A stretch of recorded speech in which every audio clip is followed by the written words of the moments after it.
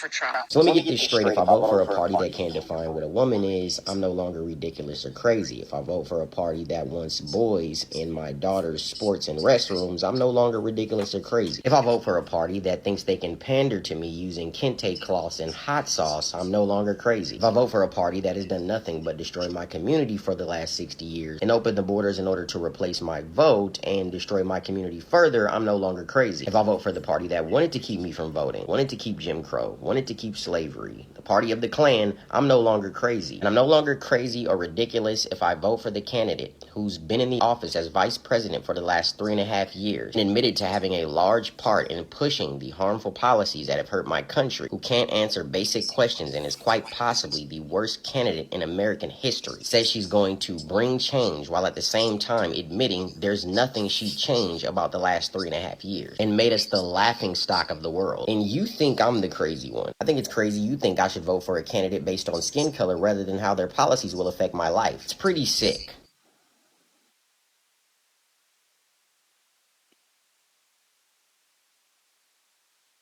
How are you?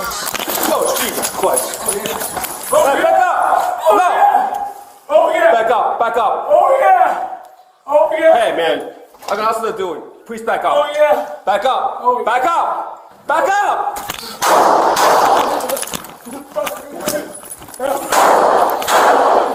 Back up.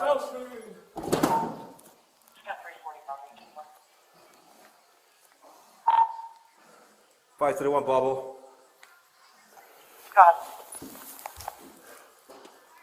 Single one. Shots fire. What is your location? 322. Apartment 322. 11830. Sunrise Valley. Start medic, please.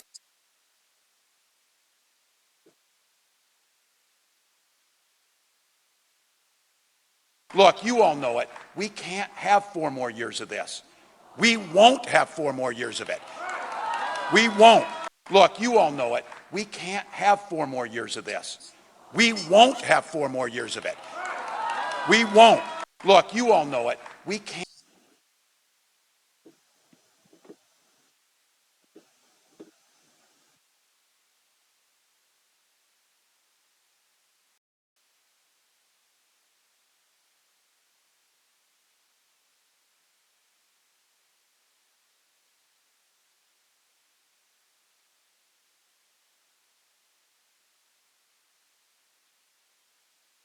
Like in the words of Malcolm X, who told us what? That the white liberal is the worst enemy to the black man. Yes. And he is coming up in here acting like y'all representing some social justice. Say that, but all along, Say all that. you're doing is trying to use black people Say to that. find a reason to make some money. Say Let me that. tell y'all something over there. We're done. The Democratic Party is done. Abuse the black Trump American. gonna come in here and gonna clean it up. Do just like R.A. Jr., just do like that Tulsa lady. You better get up out the Democratic Party. Save yourself. Because if y'all don't, we coming for your seats. We ain't taking no disrespect from a bunch of people who have broke into the country and now have completely broke the city, have completely disgraced the United States of America. America is a disgrace. The number one function of a president is to be the commander-in-chief. You tell me anything about a Kamala Harris that look like she can protect this country after y'all have sat up here and let it get overridden with a bunch of illegals. Y'all have sat up here and put America's hands in all kind of wars. And you telling me a TACON man that ran from duty, Kamala Harris, who don't know what race she is, gonna protect this country? The devil is a lie.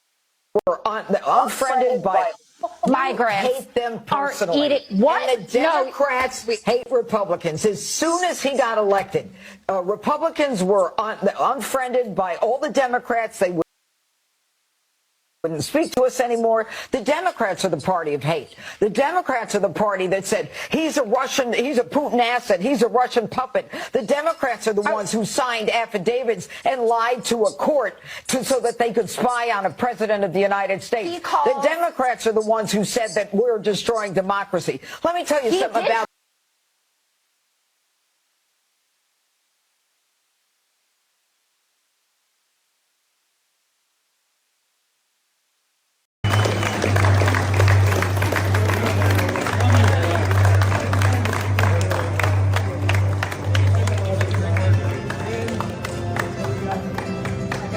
I have Hart, I have Brandon over there. First thing I've ever seen him over there. Good. Laredo, Texas, remember 2015? Yeah. If you are here from Laredo, they invited you. Right. Nice to get through, man.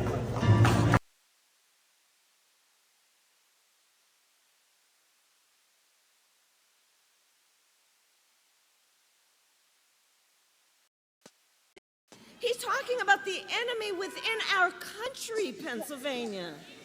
He's talking about that he considers anyone who doesn't support him or who will not bend to his will an enemy of our country.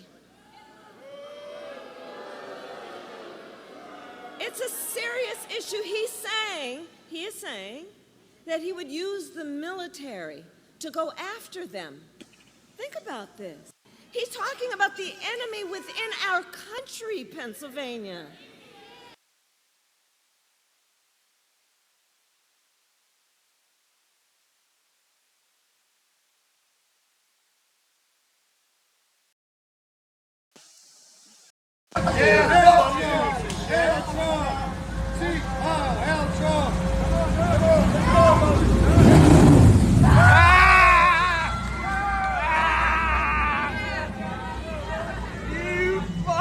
Pussies!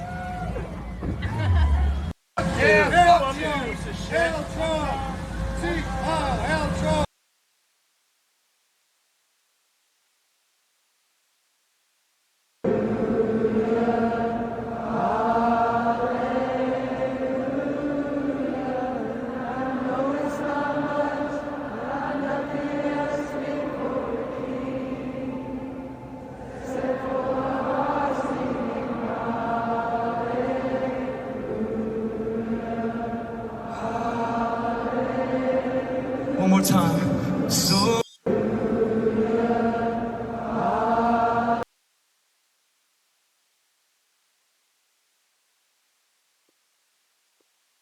So when we think about what's at stake in this election, whoa, it's packed with some stuff. It's packed with some fundamental stuff. I say rather articulately. So when we think about what's at stake,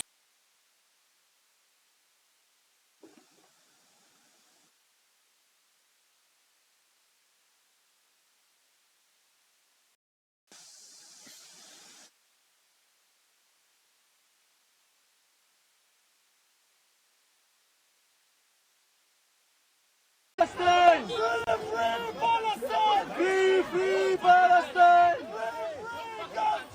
Free, free Gaza! Free, free Palestine! Palestine!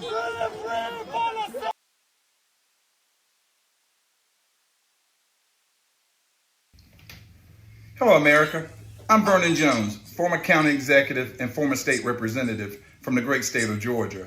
I was just kind of thinking out loud here, especially after this past week when Barack Obama came out to lecture black men on who to vote for based on race.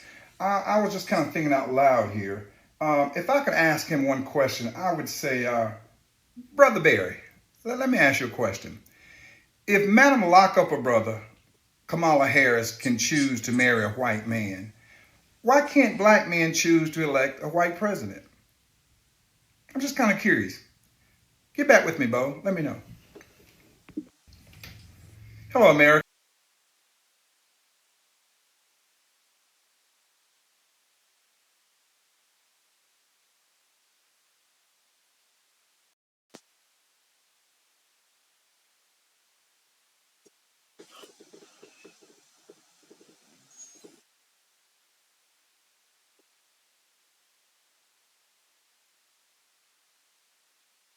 I saw today actually a story that Kamala Harris apparently copied some significant chunks of her book from Wikipedia.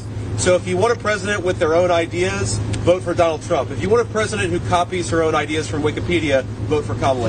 I saw today actually a story that Kamala Harris apparently copied some significant chunks of her book from.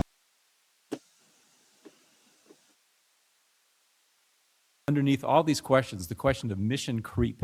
Has 6312 morphed into something that it was not meant to do? All the defendants repeatedly violated. Ms. Vail, can you identify any previous case in which the Attorney General sued under Executive Law 6312 to upset a private business transaction that was between equally sophisticated partners? And it was using. I'm sorry, but what's being described sounds an awful lot like a potential commercial dispute between private actors. I mean, you've got two really sophisticated parties in which no one lost any money. The case that you cite involved where there was damage to consumers, damage to the marketplace.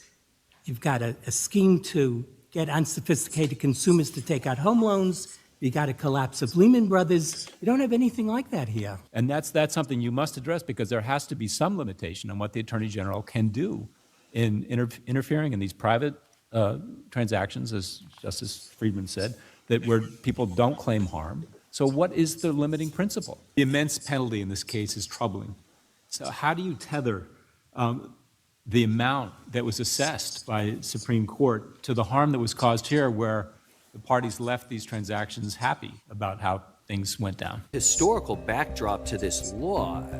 How do we draw a line, or at least put up some guardrails to know when the AG is operating well within her admittedly broad sphere of 6312, and when she is going into an area that wasn't intended for her jurisdiction?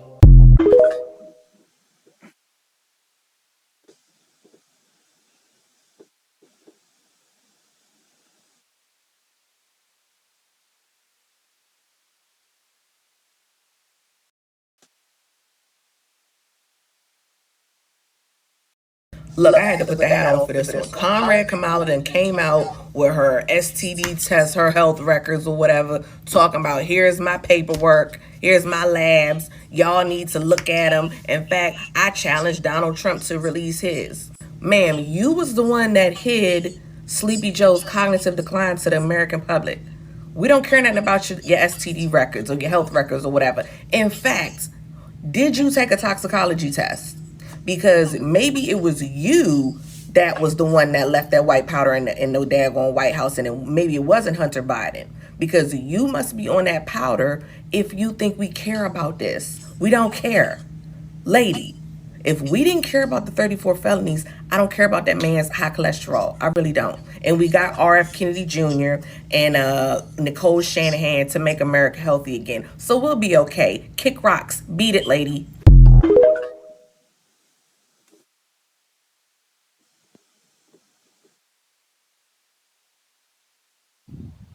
Hey, yo, listen. Real quick message to all you Harris supporters. I can call that lady whatever the fuck I want to, whether it's Kamala, communist, fucking comrade, it doesn't fucking matter. Y'all was calling my candidate every name in the book except for a good Samaritan for the past 8 years. So shut the fuck up. I got a right to my First Amendment right, which is the freedom of speech. Don't come talking to me about no respect, because y'all never thought, what if I don't respect Kamala Harris?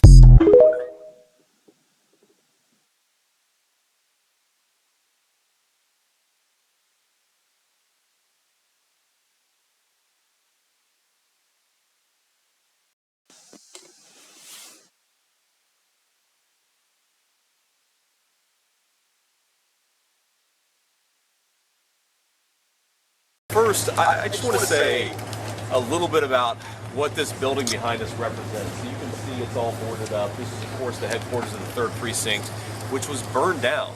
Burned out, I should say, thanks to Tim Walz's completely failed leadership. And, you know, talking to these folks behind me, I mean, these are law enforcement officers. A lot of them were here, some of them for many days when this was allowed to happen.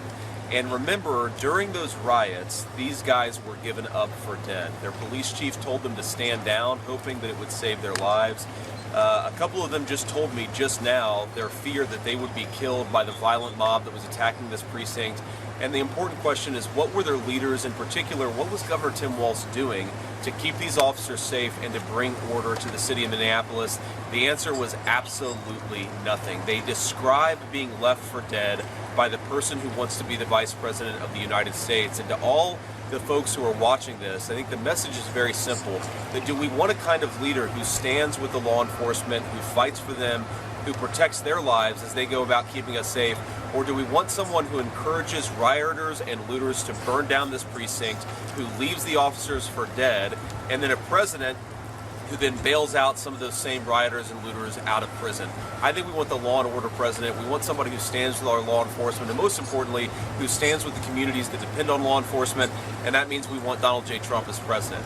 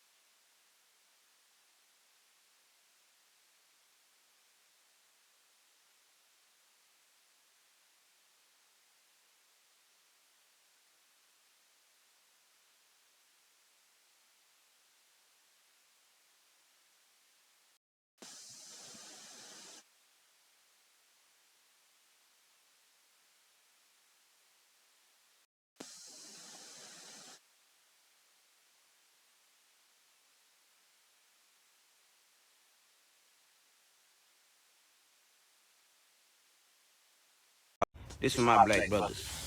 If you want to go out there and vote for Donald Trump and you like his policy this year, do it. But let me tell you something. Soon as you put this hat on, they're going to call you Uncle Tom. They're going to call you a sellout. They're going to say you ain't black. They're going to say you for the white man.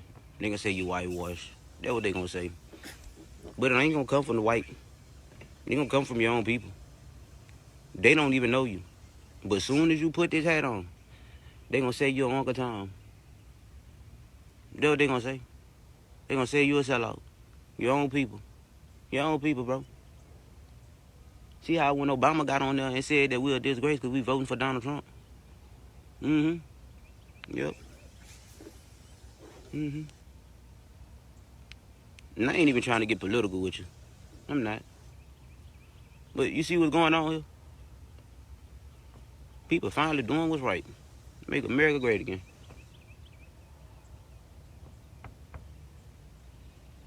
I'm trying to think about the last time I got racially profiled.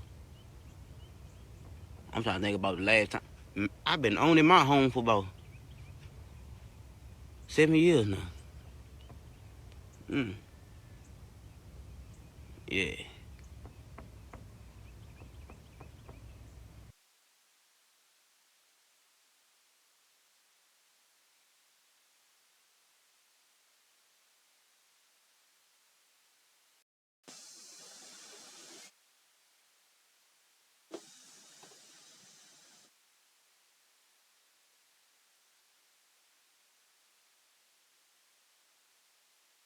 I mean, the reality is that for the first time in 32 years in this poll, it shows that Republicans are beating Democrats straight up.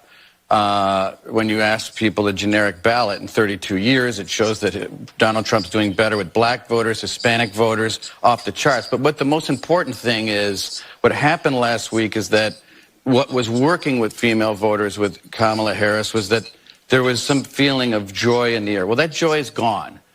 She had a terrible week. She picked a pointless fight with Ron DeSantis. She was losing in the Sun Belt. And she tried to recover by going on The View, which a lot of women watch. She went on The View, you talked about it earlier, and she wanted to clarify the two most important issues that are facing these two candidates, the economy and immigration. And she bombed like Rory at the U.S. Open, and she went out there and said there was nothing she would do that would be different than Joe Biden. And she created a campaign commercial for Donald Trump. And so she's trying to recover. There is no joy in the air, and everybody knows it, and it's obvious that there is a leak in the balloon here in the Kamala Harris campaign.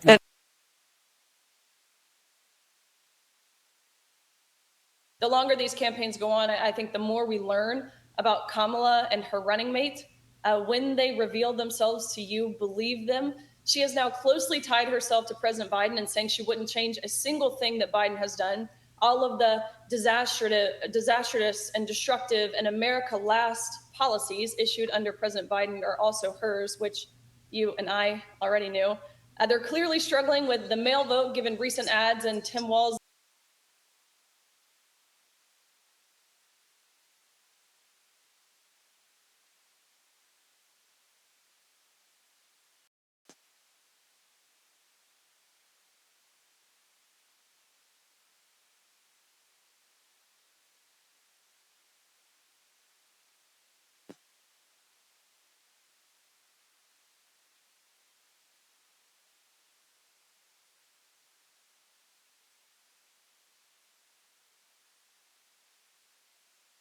Why would they want murderers, by the way, 13,099 murderers?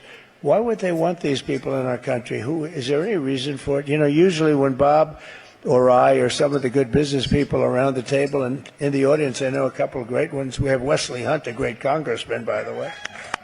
Thank you, Wesley. A great one. He's a great congressman. But we always say, you know, we want to know what the other side is all about. Where are they coming from? This is one of the few times you really say, what are they doing? Where do we benefit? And I guess, you know, you look at it,